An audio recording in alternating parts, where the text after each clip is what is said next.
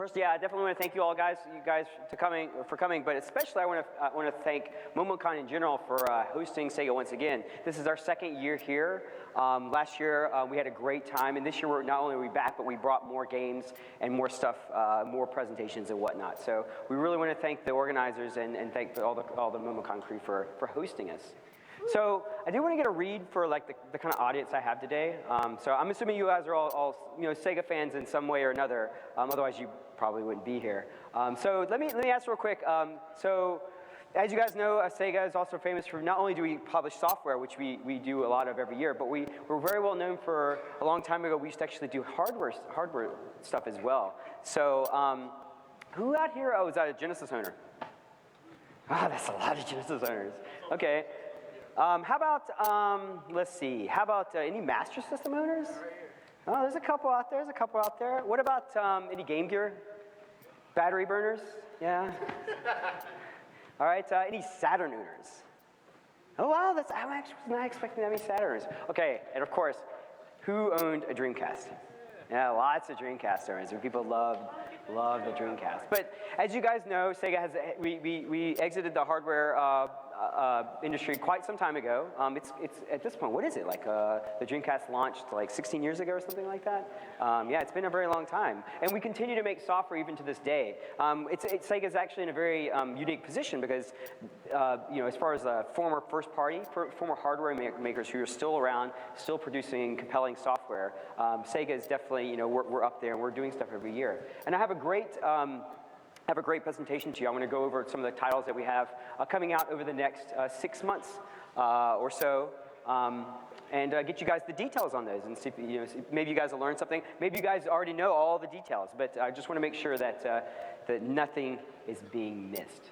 Okay? I also may be asking some questions from now and again. I have a couple things I want to give away, so I'm going to ask you guys to raise your hands, but I'm being blinded by light, so I'll try to catch you guys. I might have to kind of do this sometimes, but I'm not trying to unfairly pick on you guys if I can't necessarily see you, okay? So let's get started. So we have a great lineup coming up for the next 5-6 months. Five major projects that we're pushing. Hatsune Miku, Project Diva, Project Mirai DX, I do that every single time.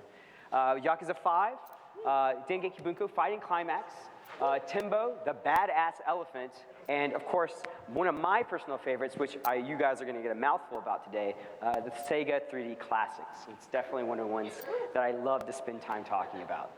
All right, so let's jump right in, all right? So the first thing I want to talk about is Timbo, the Badass Elephant. Who's been keeping up with this game? Yeah, you guys have been keeping up with it? All right, so this is a digital game that Sega's going to be releasing this summer. It's about Timbo. He is part commando. He is all elephant.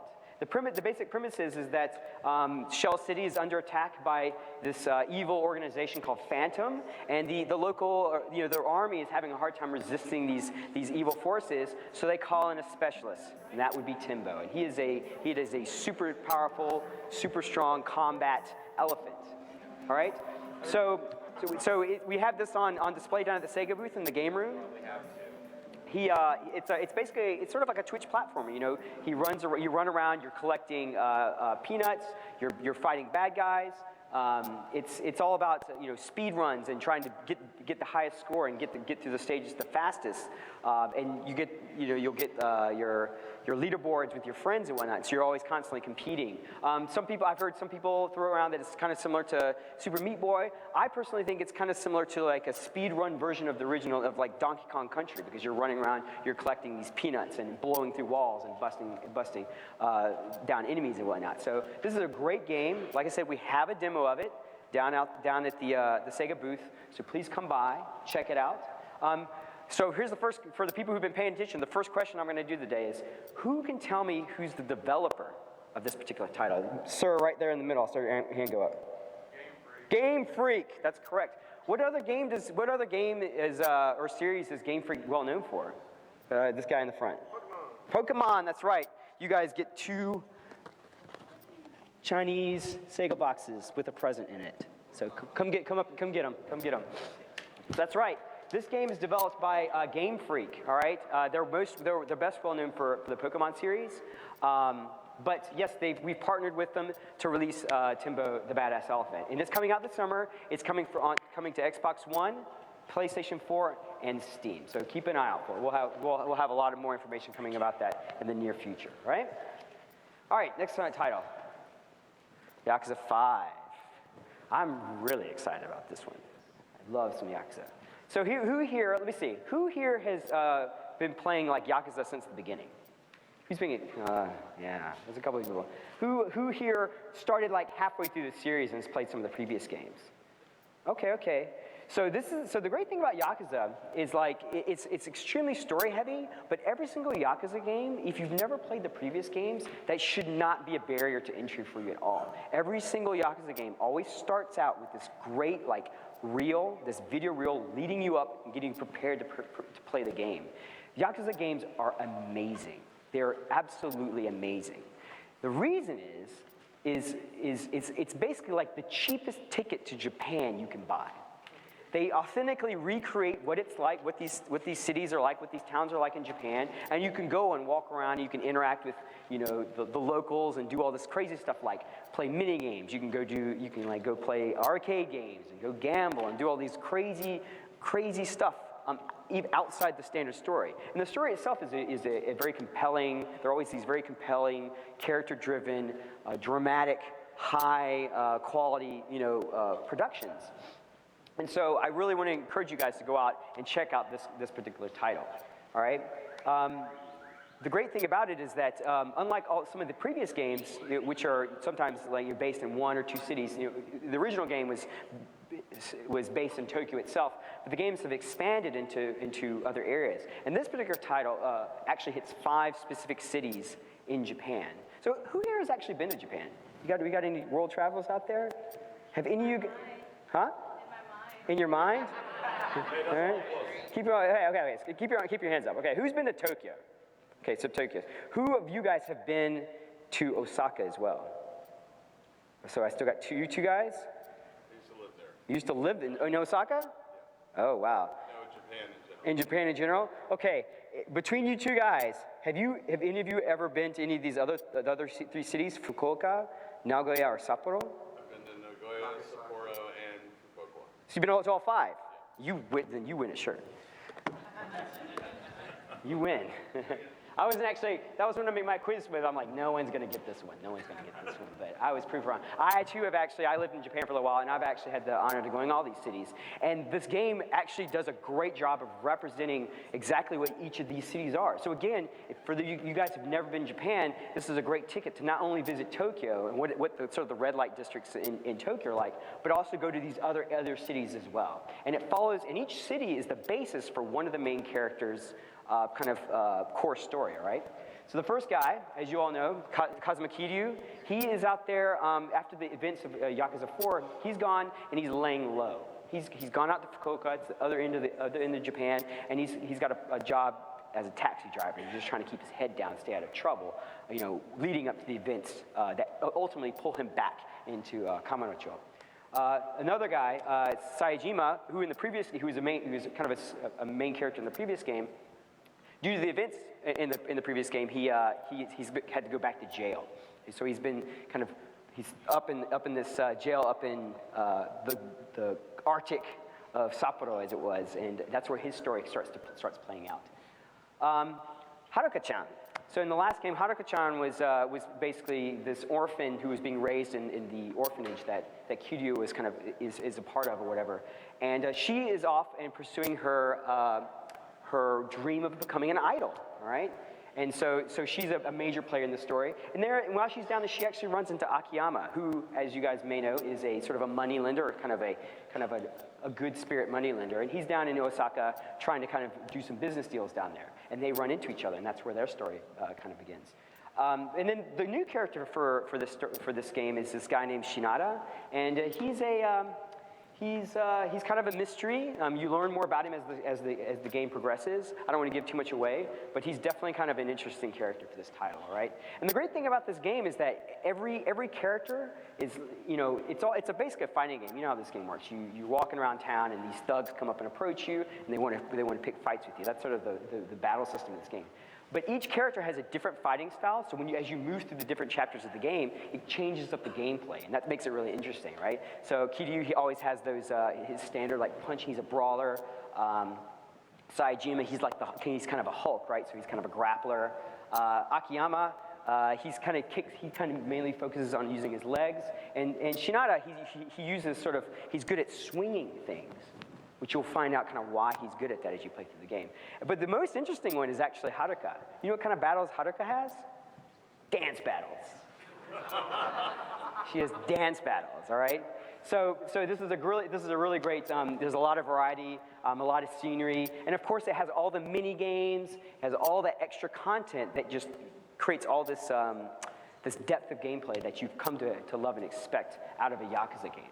All right, and also in Japan, when they released the game, there was all this extra DLC that they released, but that, for the Western release, for the North American release, that DLC will be baked into the binary. So when you buy the game, you'll get all that DLC basically for free. And there's some really great items in there as well. For example, one of my favorites, Haruka Chan apparently has a Hatsune Miku like outfit you can put her in. I'm a big fan of that. Apparently, I hear there's some Eddie Fry hat or something like that. There's some crazy stuff going on in there. So definitely check it out. Really, really excited about Yakuza 5. It's coming digitally to PSN later this year, right? So there you go. Dengeki Bunko, Fighting Climax. So this is one of my personal projects that I work on. This is a fighting game. It's a mashup title.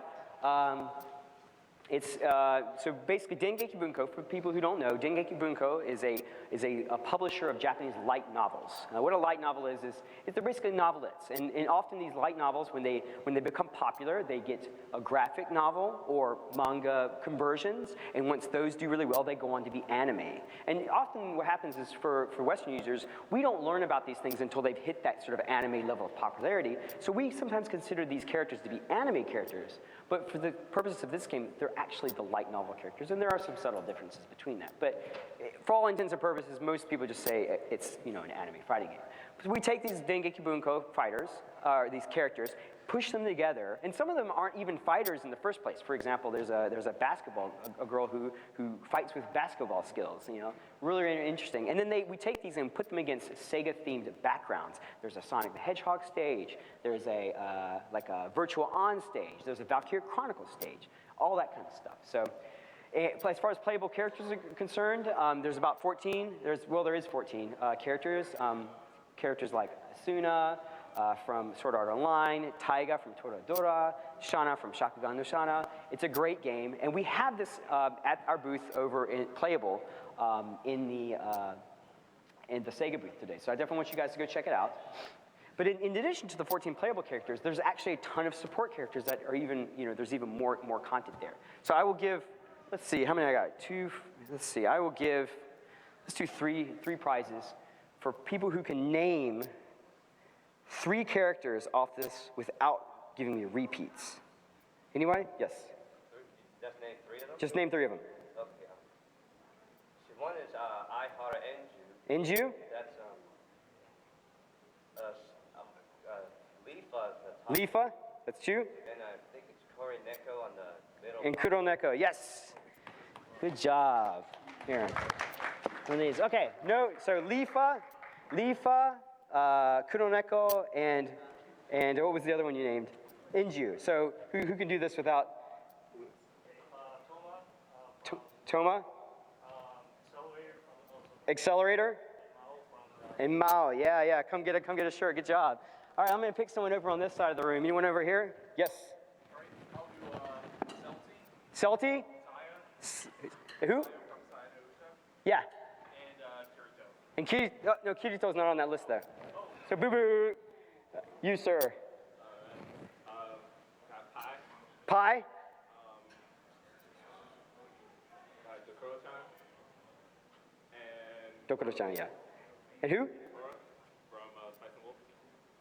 Korra. No, that's not Korra. That's not her name. Running out of options. Mao from Devil's Part-Timer. He already said Mao, though. Anyone else? All right, I'm gonna shut it down. All right, thanks for it. So yeah, anyway, but there's tons of guys out here. Like you guys went through them, and it was mounds upon mounds or whatever. So yeah, definitely come down and check it out. let's see. So it's a fighting game. They have, it's really, really easy to get into. Sometimes anime fighting games can be really obtuse and really kind of hard to understand because the fighting styles for each character is different. There's all these different movesets you've got to learn. But in this game, it's super easy to get into. Every character has the same core moveset, the inputs are basically the same. So by doing that, once you learn how to use one basic character, you can kind of get at them all. All the details have to do with, how when you put the input in, what happens, all right? So fighting games are kind of hard to explain through a PowerPoint presentation, so I encourage you guys to come down and just check it out at the booth. We have guys down there who really know how to play this game, and we can teach you how to play it, all right? So this is a North American localization. This game's actually been out in Japan since when did it come out in the arcades? It came out in March of last year, and the home console release saw a release in November. So this is the first North American release for this particular series, and we've made some adjustments to help make this more palatable to you guys. I know some of you guys probably even imported the game. Who here actually imported the Japanese version? Just 1, 2, 3, 4, 5, 6. Okay. The thing is, so I'm a localizer. I'm a big fan of importing games. I think that's kind of cool. It's a good way to kind of you guys are really motivated and want to have access to that stuff. So I always encourage people to go and get those games that they really want. But for those of you who have imported the Japanese version, I want you we always try to add something to my games to make sure that you feel compelled to buy this additional version just to kind of get that complete English experience. And we also really need your support when we release these English games as well. So I hope some of these additions will help you kind of turn the tide there. So one of them is the fact that we actually added in text bubbles for all the pre-game conversations. So one of the great things about this game is that since it is a mashup, you have these characters who interact with each other in situations where they would never actually do so because they're from completely different universes. And so we want to make sure that those are easily understood by you guys, and you guys get the fun, you guys get the jokes out of that. So we've added in bubbles there. Another thing I'm actually happy to announce is that we've actually included cross-region connectivity. So if you do have the Japanese version, you will be able to play with North American users as well, and vice versa. You can be able to play with the European users or even the people who bought the game in Asia. Okay? We've also added, if you guys have played the Japanese version, you'll know that you can, there's a custom plate that you can build that represents you online, and you can have these little 3-word custom titles that display to other users. In the Japanese version, those are always Japanese, of course, but in the North American version, we've actually changed those all to English, which seems really obvious, but it's actually was a tricky thing to do. And the bonus for what we've done there is that they're cross-compatible, so if you're connected to a Japanese user, you will actually see their Japanese title unaltered, and if and the Japanese users can see your English title unaltered on their side as well, which is actually really, really cool. All right, so definitely come down and check it out. Not only do we have the game down there, we have a full spread of arcade sticks supplied courtesy of Mad Catz. So we really appreciate Mad Catz supporting us on that. We also have a tournament for this game going on tonight at 7 o'clock. So go down, sign up for it. It's free to enter. You do need to bring your own controller, but it's going to be a lot of competitive play. Last time I checked, we had about 30 people entering it. So even if you don't want to play the game or you don't think you don't have a lot of confidence you could compete, definitely come down around 7. Watch some of the people compete. Watch the high-level play. It's sure to be extremely entertaining. And we're going to be giving away prizes to the top players for that tonight. Starts at 7 o'clock. Okay. Sega 3D Classics. This is the next project. Now I love the Sega 3D Classics, all right? This is one of my favorite projects that I work on at Sega, so you guys are going to get a mouthful of this because I'm going to talk about it to no end. And so the tagline for this one is always, but wait, there's more. Because the thing about the Sega 3D Classics is that there's more to these games than meets the eye, all right?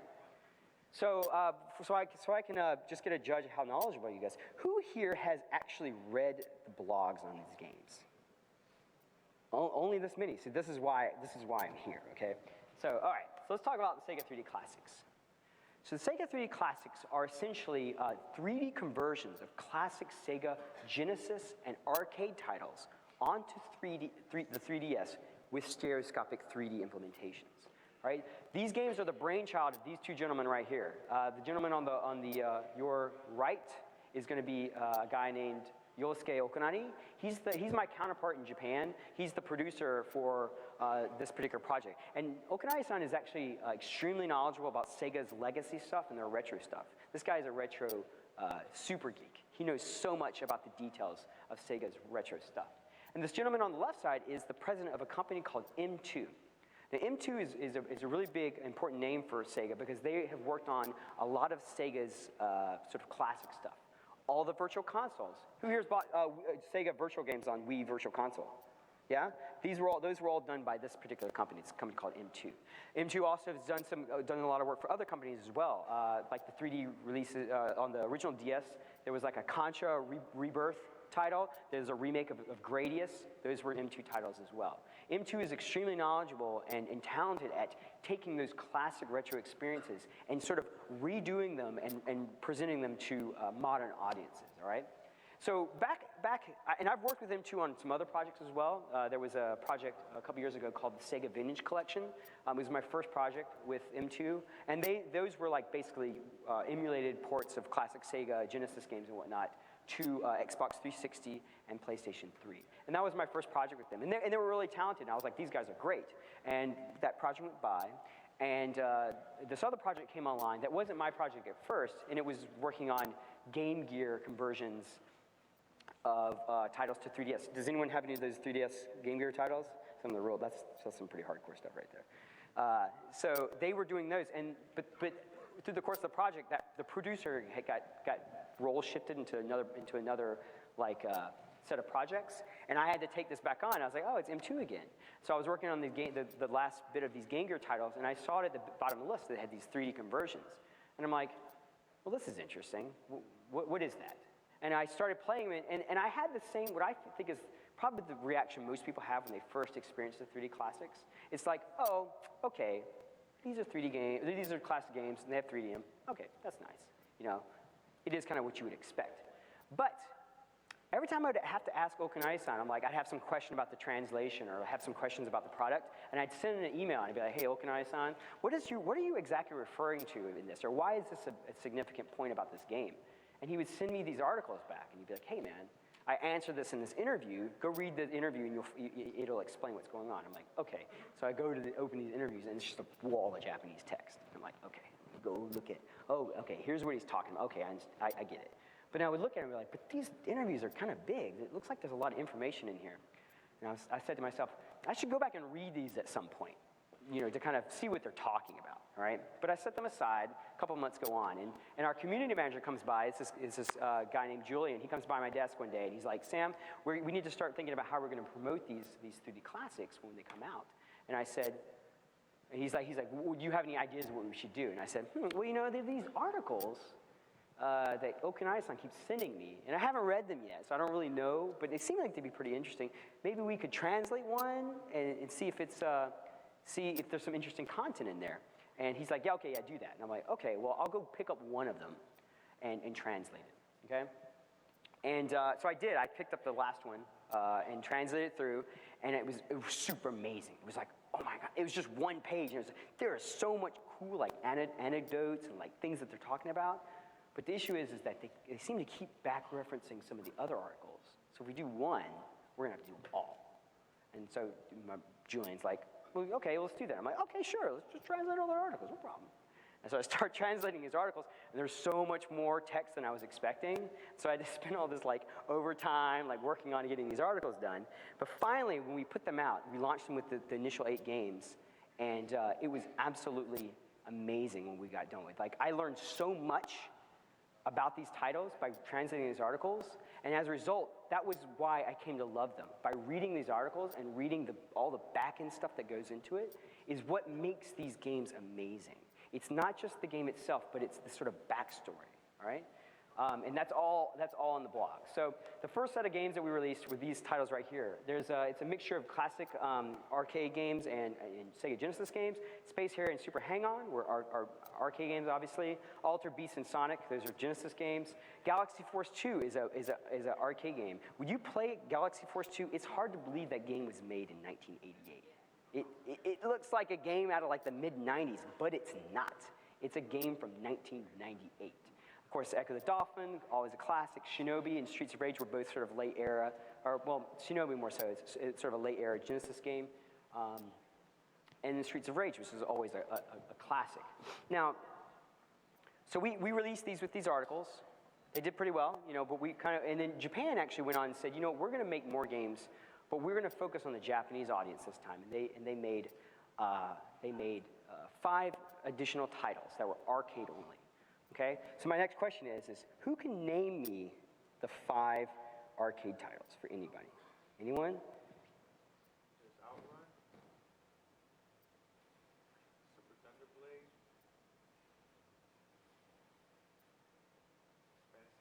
Fantasy Zone. Fantasy Zone.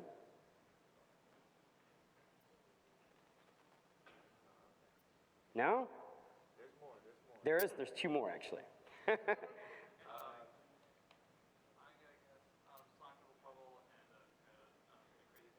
No. They're arcade games. Afterburner 2?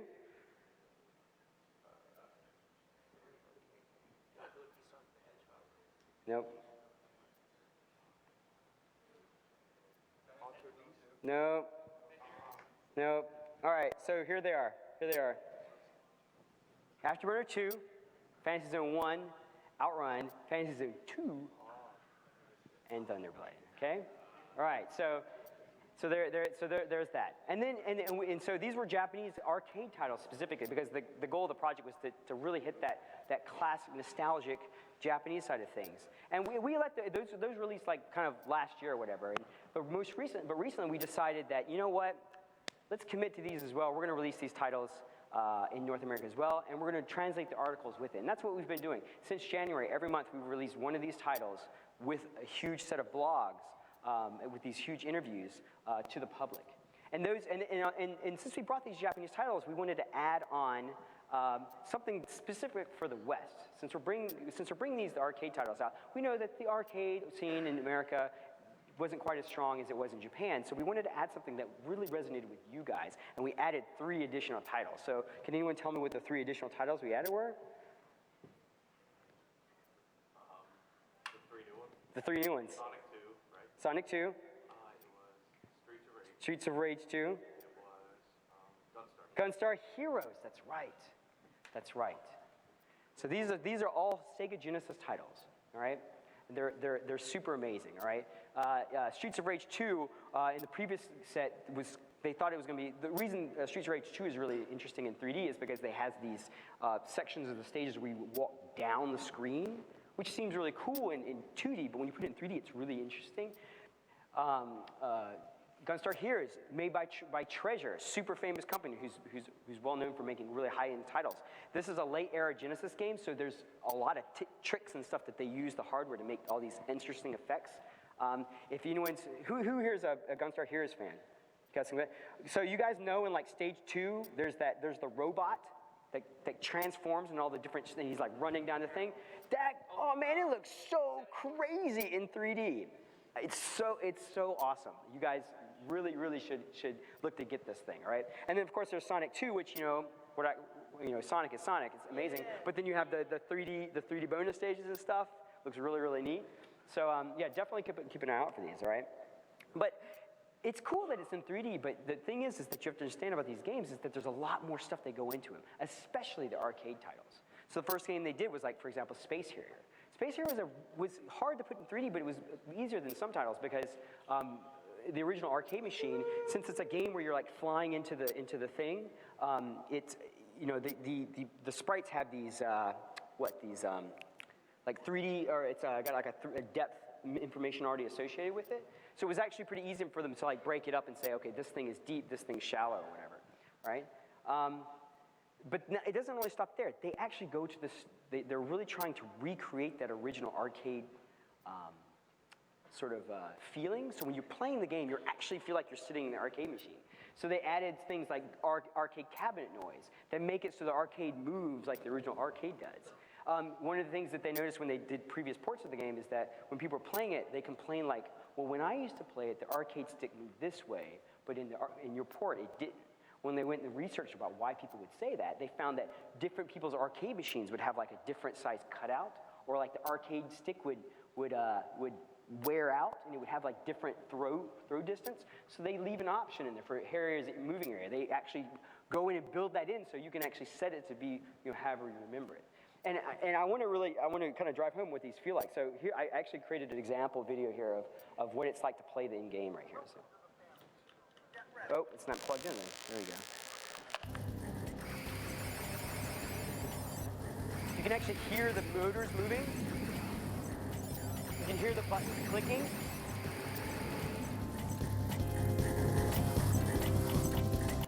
You hear that like because the machine would like slide back and it's got the pistons and the gyros and all that. Absolutely amazing, guys. Absolutely amazing. And then not only that, but they go and they add other things. They add extra stuff into it. So like, for example, when the game was ported to another console, they would add in additional bosses or whatever. They go and they grab those bosses and they put them in these original arcade games as hidden bosses. So you can, if you play through the game with all these, with these specific, you hit these specific requirements, you'll unlock these like a boss from another port of the game. Absolutely amazing, guys. Absolutely amazing. Of course, they did the same thing with Super Hang-On. They did, we had the original Sonic the Hedgehog where they're having to divide everything up, and they have to go and build a brand new emulator for these 3D titles. Who here knows what the Japanese name of the Genesis is? Go. Okay, the real name is called the Sega Mega Drive. It's a Mega Drive.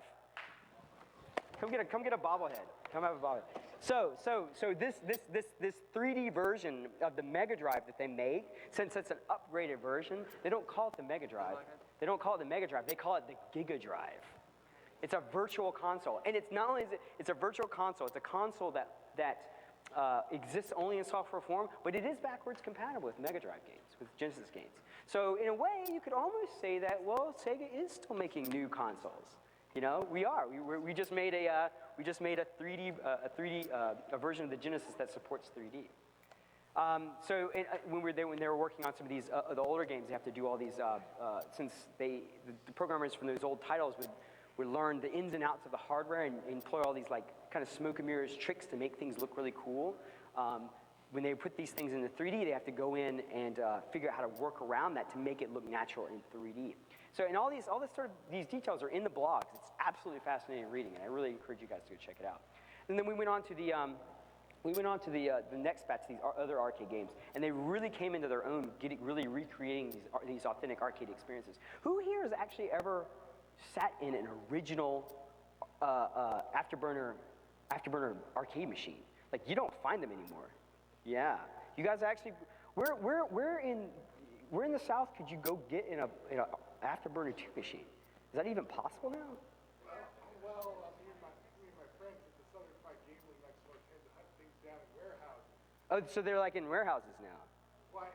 Sometimes there's a bar downtown called the Choice Game Bar that has a few classic games, but I haven't seen a copy of it in a while. There's like a community of arcade collectors who run around and grab this. Yeah.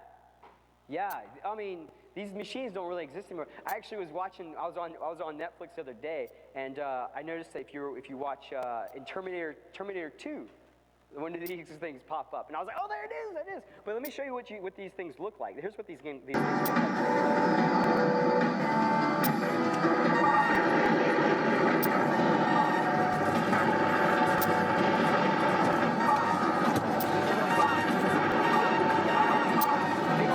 Things like this in the 80s. Like, Sega is really ahead of its time when they're making stuff like these in the 80s. And Sega has this warehouse where we go and we kind of keep all these classic arcade machines in basically perfect form, so we can go back and reference them. So the team goes out, M2 and Okinawa-san go out to these warehouses in Chiba, and they sit down and they bring a sound crew. They're recording the arcade motor sounds and the button clicks, all to take into this game. And the end result is look at this is, you just saw what the actual machine is. Here's what it looks like in game, okay? You can hear the fans.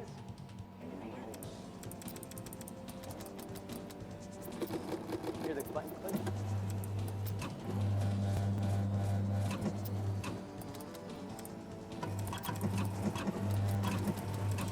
It's super authentic.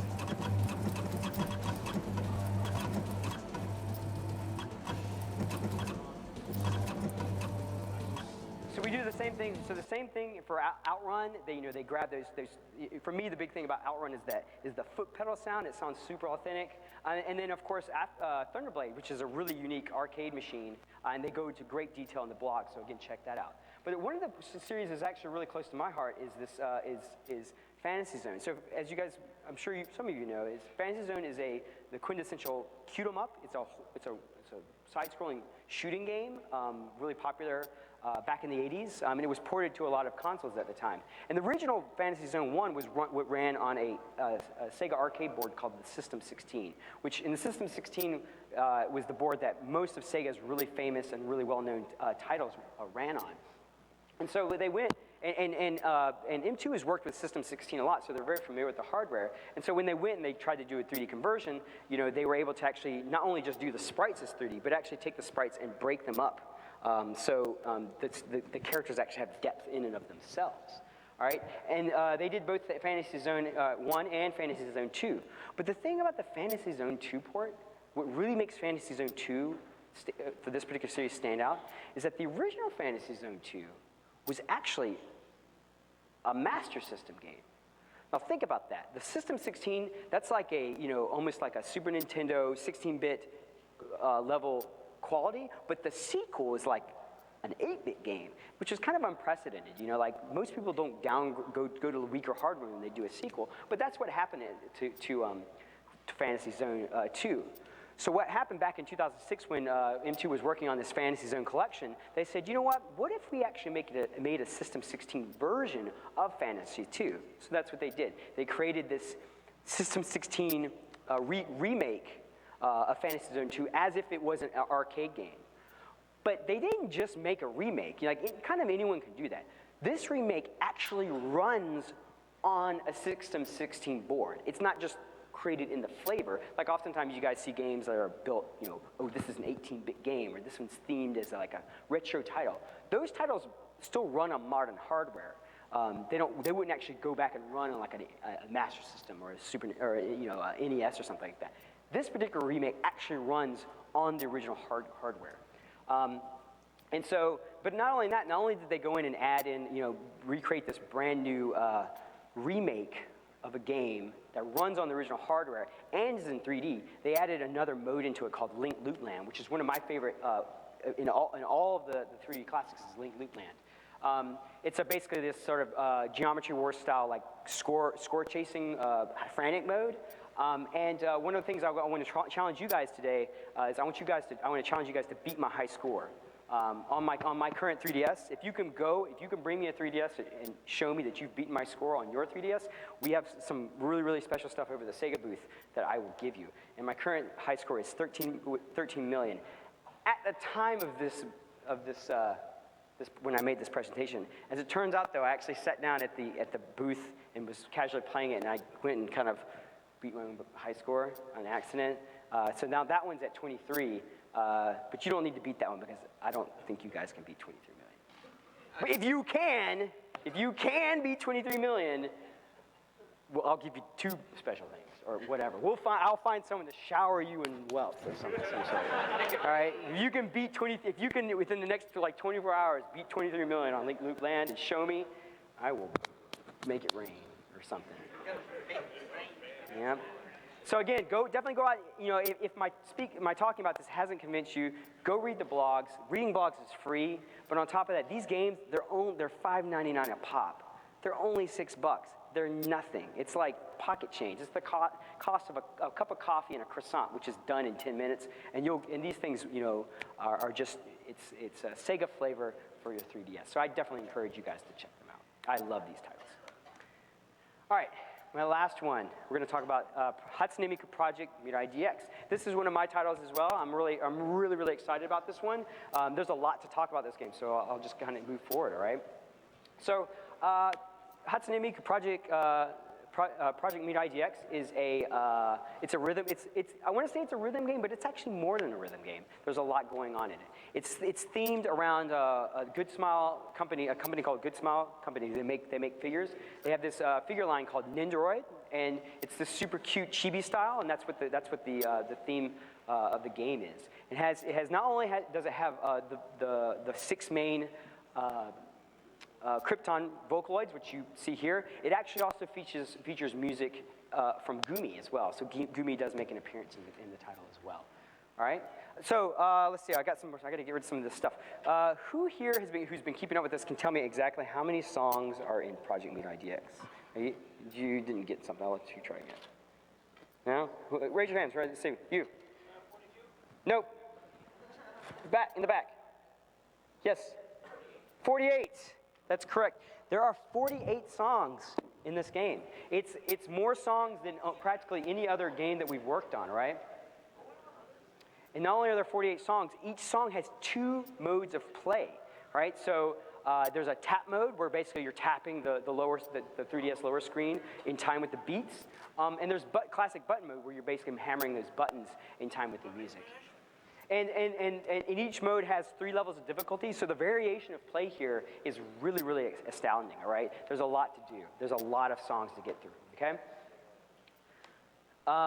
What else I got here? So as far as like content of the songs, there's some classic stuff on there. So if you guys are long-time fans of the sort of the project games, the Sega featuring Hatsune Miku series, as they call it, you'll see some classic songs that you're familiar with, such as Electric Angel or Finder. These are both classic songs. But 80% of the music in this game is stuff that's never been released in a Sega Miku title in North America. So there's a lot of new content in here. And one of my favorite features, about Project Meat IDX is the fact that if you guys are familiar with Project Diva, you'll know that when you swap the characters, it swaps in the characters, basically model, but the voice stays the same, regardless of the character you swap in. That is not the case with Project Meat IDX. When you swap in a different character, the voice will change. Okay, and this is limited to certain songs, but I do have an example here. I'm going to use Romeo and Cinderella as an example.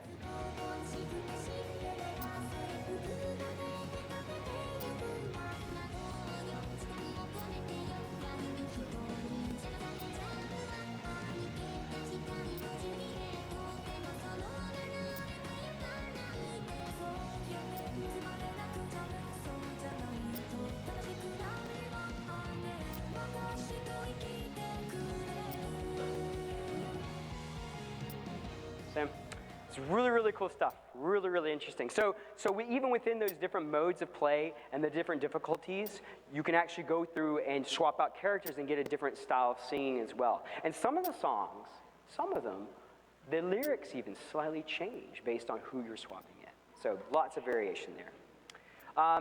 So it is a rhythm game. Rhythm game is a very, very core aspect of the game, but there's actually a lot more going on in this title, okay? It's really big. When you start the game up, the first thing it's going to ask you to do is actually choose a partner. Choose a character that you're going to be kind of interacting the game with. And you could switch which character you choose throughout the game, but you always have this character who's with you most of the time. And as you play through the game, you can communicate with the character, and you can give them treats. You can talk to them even. You can ask them what time of day it is. You can tell them you're having a bad day, and they will react to it. And as you interact with your character, they'll grow to like you more. And what will happen throughout the game is that the character will have more animations and more actions they do. If you leave it sitting, one of my favorite things to do is to just leave my 3DS sitting there next to my desk at work, and I'm like typing away and doing my thing, checking my email, and Miku's over there just like lounging around, doing stuff. Sometimes I catch her like lying on the ground. Sometimes she's eating cake. Sometimes she's playing Virtua Fighter. Like there's all kinds of stuff going on, So, yeah. I'm totally serious. So it's sort of in that way it's sort of a companion app. She just sort of sits there and hangs out and does stuff here. You can give her an allowance and she'll go out and buy herself popsicles or do whatever. She had an allowance. I gave it to her, and on my birthday I opened it up and she had bought me a birthday cake. It was so sweet.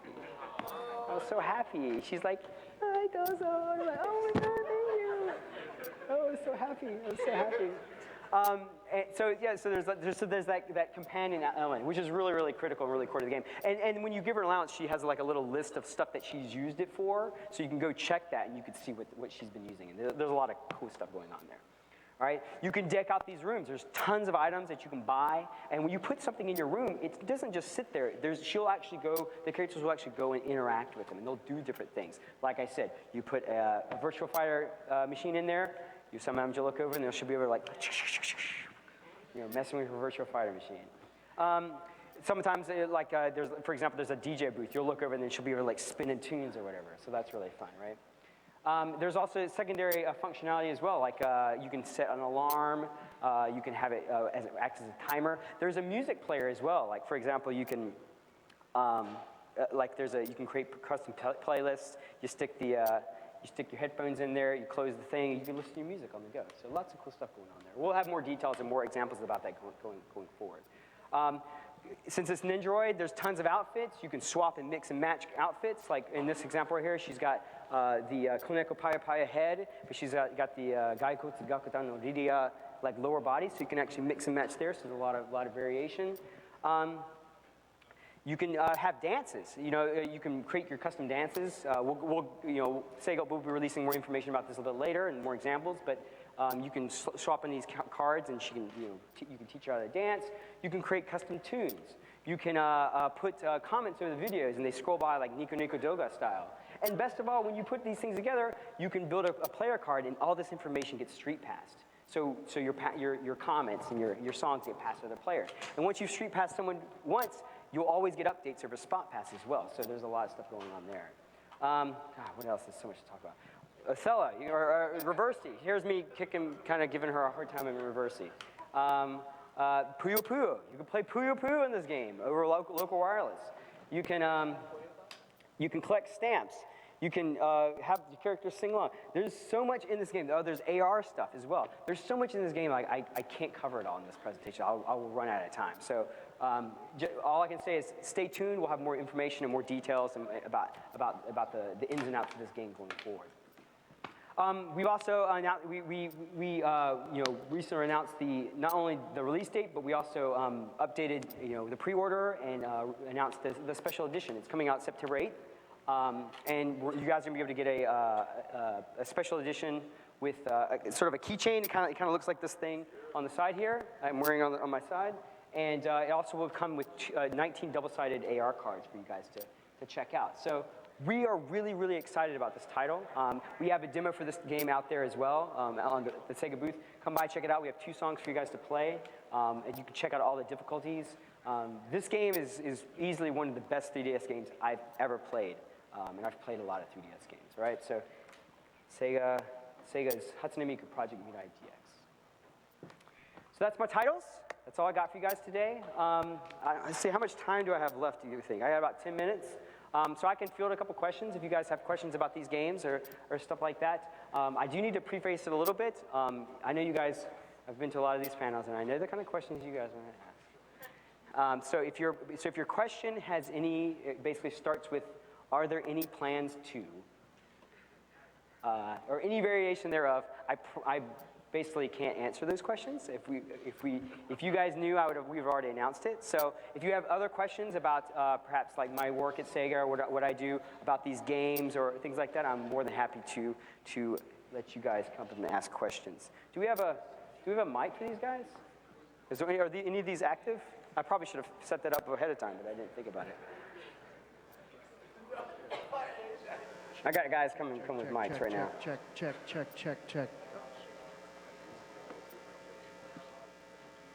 Run out the clock with questions from you guys. Just come on, line up if you guys got questions. Yep. What's up? All right.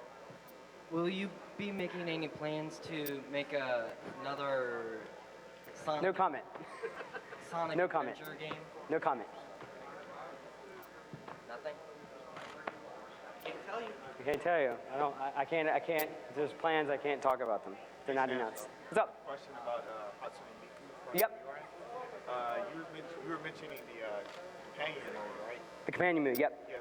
Is that like a child garden? It's like a Chow Garden. It's a little different because Chow Gardens are all about like raising and customizing. It's a little different. It's a little different. I'm hesitant to make that comparison. I have another question about the 3D classics. Will there be a follow-up per se, like in the near future, if the 3D classics become successful, maybe Arcade Course of Alien Storm, Golden Axe, or perhaps? So the question is, are there any plans to release more games after the current 3D Classics plan? So, Yes. No comment? no comment. Okay. Thank you. Yep. Hey Sam, how you doing? Hi. I just want to know, what's your favorite Sega game? What's my favorite Sega game? Oh, it's hard. It's like picking a favorite child almost. I'm really partial, honestly, to the first Project Diva F because I put a lot of effort into that one, and it was a really challenging project to work on. But I'm really super happy that it came out. So that one actually has a very special place in my heart. All right, and what's your favorite Sonic game? Favorite Sonic game? Favorite Sonic game? I actually really like Colors. I'm a big Colors fan. Thank you for answering my questions. No problem. Hey, why was Miku delayed 3 months? Why was Miku delayed? Yeah. No comment. No comment. But one thing, actually, no, let me answer that. So we did delay Miku 3 months, but what that does is it gives us a little bit extra breathing room to set up some additional stuff for you guys, like the special edition. It also allows us to some breathing room to roll out some new content. We're partnering with Crunchyroll to roll out some special stuff for you guys. So everyone who wants to you definitely want to subscribe to Crunchyroll's social challenges and keep an eye out for some of that extra content that we're going to be discussing in the future. All right, thanks. Yep. I have 2 questions. One, do you have a smaller size that might fit him? 2, whatever happened to Echo the Dolphin? 25 years ago, that was like the coolest game I ever played, and I imagined 2s and 3s and first-person dolphin shooters. And there's been nothing. Well, that's the thing. Well, we have a 3D version. We released 3D Echo the Dolphin on 3DS. So go grab it. Did it not do well, or?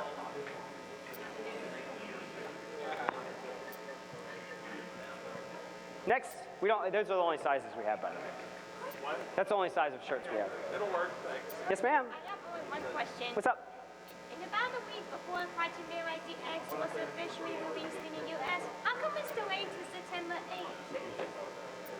Just what it is. It is what it is. Sorry. We really, apologize for that. Yes, ma'am. What's up? There's actually a game store you can go to in Texas that has retro game, actual console, and it actually has that game you were talking about. Which game? The simulator with the plane simulator you were talking Oh, about. the Afterburner 2? It has that one and multiple others. It was like huge. Does it have is it the arcade version or is it like a console version? Arcade version. They have all arcade. They have all the arcade games? Beautiful. Oh, that's awesome. I'm really glad. When I hear about people taking the time to not only get those cabinets but keep them working. Keeping those things working is it's really hard. It's expensive and it's time consuming. So those people are angels because that's a lot of effort to put into it. I'd like to know that someone in San Antonio. Someone in San Antonio? Noted. Okay, recently on the game, Yakuza 5 came out digitally it either came out or it's going to be coming out soon digitally for PS3. Does that have anything to do with like fan pressure to get you to release the game? And if so, should we like start asking you to release like Yakuza 1 and 2 as well? I can't comment whether Yakuza 5's release had anything to do with fan pressure, but if you guys feel strongly about titles and please feel free to voice those concerns or voice those wishes in a constructive fashion. We definitely do listen. We're very, very much plugged into social channels and community and whatnot. And we do hear you guys. We are. It is going in. Sometimes, whether we can act on something or we can talk about it is sort of a different question. But when you guys get out on the internet and you voice your opinions in a constructive fashion, we really do appreciate that, and we really want you guys being part of that community. So what's your favorite Phantasy Star game? Fantasy Star.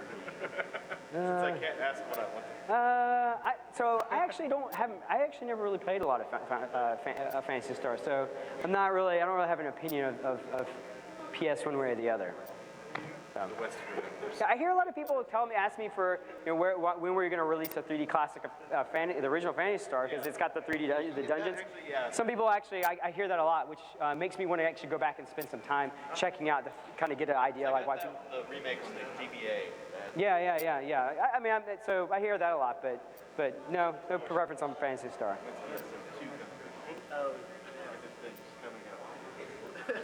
I was going to ask if there's a release date for that, but otherwise, if you guys are going through remaking games, I'd really love to see you guys do more something with the Golden Axe. Golden Axe?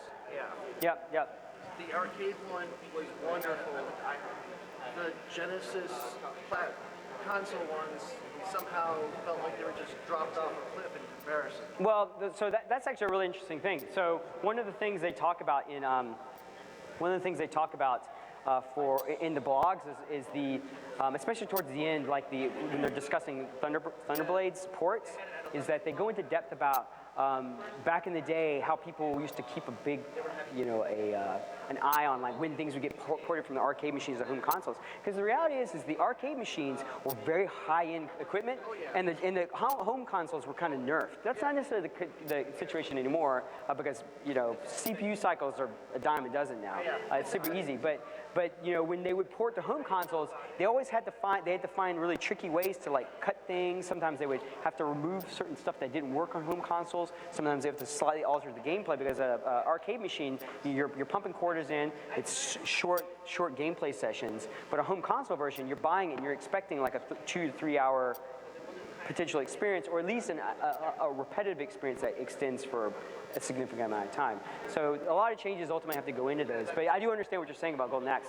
One of the things with that Golden Axe is that when they made changes to Genesis, I know that they made some alterations to stuff to really accent the parallax scrolling. That was one of the things that Genesis was really good at, was the multi-layer scrolling stuff. So they actually made a lot of adjustments to the Genesis version to kind of bring that out, which I don't know if even the arcade version even had parallax scrolling. That was one of the reasons, they chose for Altered Beast, the 3D conversion of Altered Beast, they chose the Genesis version over the arcade version, because the arcade version doesn't have any scrolling. It's solid all the way across, but the Genesis version actually has parallax scrolling, which looks really cool in 3D. And is there a release date for PSO2? No updates on PSO2. And actually, one last one. I know you're doing stuff with 3DS. Do you guys do anything on or for Steam? Yeah, we do a lot of stuff for Steam. Like most recently, we released the Valkyria Chronicles 1 Steam port that was received really well. We got Timbo coming out as well. I think previously we released, Typing of the Dead was a Steam release as well. We put a lot of our stuff out on Steam. Okay. Yeah, check it out. Thank you. I know you guys originally published Rez on the PS2 a long time ago, and then it got a Microsoft port ported by Microsoft to 360 and then HD. Were you guys involved with the port of that? I have no idea. Did they work with Q Entertainment? I have no idea. That's a little bit before my time anyway as well. So yeah, anything I say is like utter speculation. I have no information about that one. Because I can't find, I don't know, if Sega worked with. I have no idea. Okay. I have no idea. Yep. Very quick thing. I would love to see another Shinobi made. We have the Shinobi 3D, which is a 3DS game. So check that out. And we have Shinobi 3D Shinobi 3 out on the floor right now. So if you haven't gone and checked that out, go check it out. Two quick questions. First one, do you think that a Dreamcast 2 would work well in today's market for you? I don't have any opinions about Dreamcast 2. That's like a really quick way to get in trouble. Sounds like okay. So I'm just going to leave that one. And is it possible that North America might see a release for Blade artists? So the question is, do we have any plans to blank? No comment. Okay. Yeah, no problem. All right. So for Dengeki Bunko Fighting Live. Yep, Dengeki. Did you did the team like look into improving maybe like the netcode, like the online experience for the game? Over, like you're saying, over the Japanese version? Yeah. So one of our things that we really want to do is maintain compatibility between all the regions, and any changes to the netcode for North American release would break compatibility. So the netcode will stay the same for the releases. I've been using a lot of the netcode. The netcodes, I don't personally feel it's really all that bad. It's actually because I've actually have battles with Japanese users. Of course, I live on the West Coast, so it's a little different, and it actually works really well. So I think what you're going to see is that once it's released in North America and you guys get a flood of users onto the network, you'll find that the netcode actually works really well. All right. And also, you really got to talk about Horo from Spice Wolf is not in this character. Did you say Horo? Yes. Oh, I'm sorry. I totally denied that, didn't I? I thought you said something else, and I was like, I just couldn't hear you. Sorry about that. No problem. How's that Big the Cat adventure game going? Big the Cat? How's Big the Cat? Big the Cat is still, as always, he's taking a break. He's relaxing. Phantasy Star 4 hasn't seen a new release on just a request. Understood. Yeah. Want more Phantasy Star. Yeah. All right, last question. Shenmue 3 and Knuckles featuring Beat the Cat. No, do you guys care about all the Sonic Generations mods, like internally at Sega, or is it just like? My response to that is just gonna be leave it at that. So, all right, thanks you guys. Thanks for coming.